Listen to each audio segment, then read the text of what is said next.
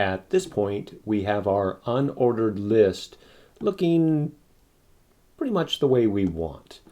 But we now need to turn these into functioning links. So let's get at it. All right, so we'll just start with W3 schools. So we're going to first add our anchor, and then we need to make sure that we close our anchor like so. And then we need this to go somewhere. So after our opening anchor, let's add our href equals and our quote marks.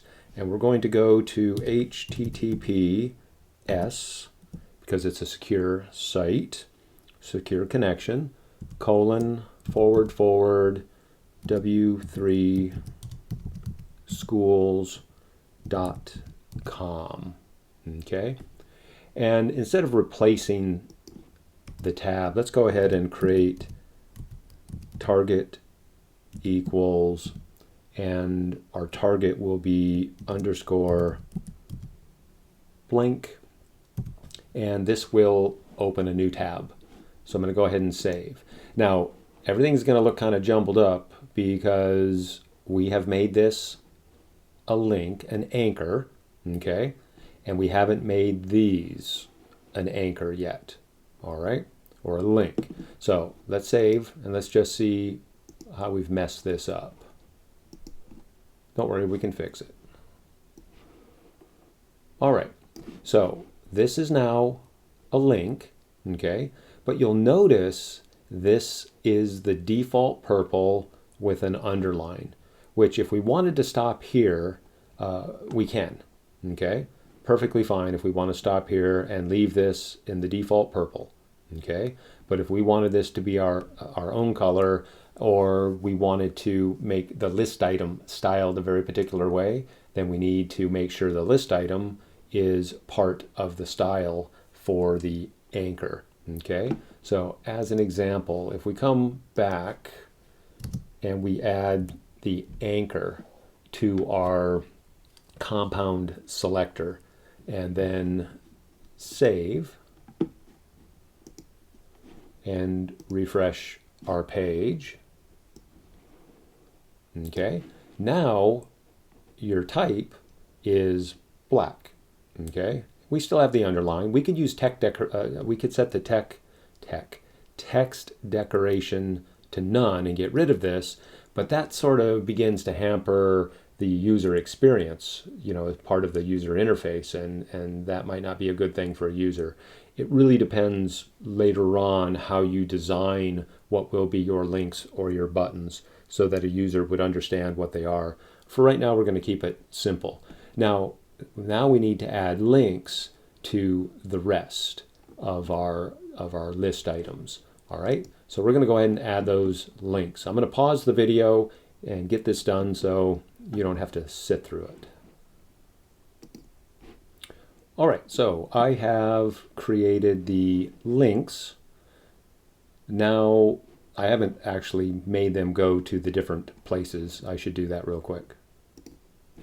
All right, I fixed all of those paths, so they should now link to, so each list item should go to the correct link. Okay, so we're just gonna save, and let's go ahead and take a look and refresh. And we're gonna notice a couple of things. It looks like the bottom of the gear is getting cut off a little bit, and our margin sort of changed a little bit, but I'm just going to click to make sure we in fact go to the correct link, and it appears we are, so I can close this. Okay, so we were using the target _ blank to open up a new tab. So now we need to address what's going on here. Okay, so we're going to go back, and in the ULLIA, I'm just going to scroll down, and this property I tend to always place at the bottom, or pretty close to the bottom. And what we're going to do is, now this list item is an anchor, and this is an inline element. And this inline element isn't necessarily displaying everything as we have stated. And that is because it's an inline element and it's now associated with an anchor. And an anchor has a pseudo function, and that pseudo function has some pre-formatting, if you will. So what we're going to do is set what is the display of this element, okay, of the list item, of the anchor. We're going to set this to block, which is going to force the element to draw at the height we have told it to draw. Okay, so let's go ahead and save, and then we'll go back and refresh our page, and we'll scroll down, and you'll see that now everything appears correct again. And that's because the anchor, again, it's a pseudo, it has some pre-formatting to it. So we have to take that control back and tell its display to display its block. Otherwise, the entire space as we've called it out. Okay? Now, what we want to do next, and we'll do this really quickly, is if we click and we don't leave the page, or if we leave the page and come back, these will often turn purple. Okay? So if we come back, and they're not doing it right now, but trust me, it happens. So they start off as blue, and then they turn purple, or it's the inverse of that. I never remember because I always tend to take control of these.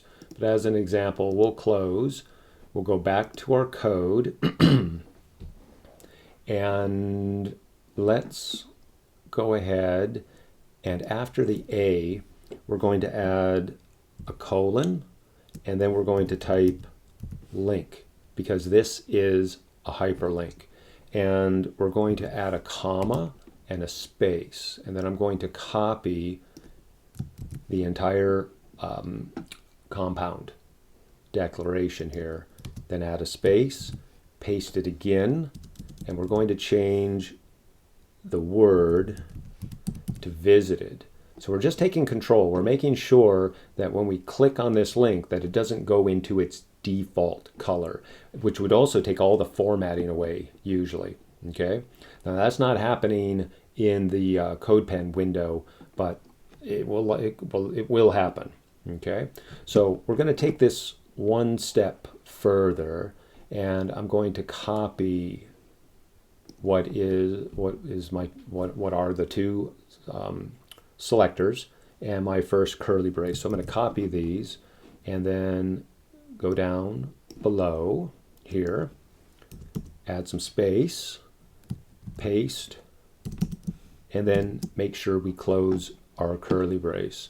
And then we're going to change, I'm going to take the color, okay, and paste in the color. I'll go to my color here, and I'll use this color because it's here. It's easy to get at. And let's replace and save. And before I do that, we're going to change link to the word hover, and we're going to change visited to the word active, and we've taken care of the 4 basic states of our link using what are called pseudo classes. Okay, so if we don't do this, we get the defaults. All right, or you can take control of them and make your links look any way you want. So let's go ahead and save, and let's refresh, and we'll drop down. Okay, and you'll see when we hover, all right, that we now get the color in the hover state. So you can do whatever you want. You can have background colors, you can have background images, you could use borders, you could use border radius. It's completely up to your imagination how you want to style your links.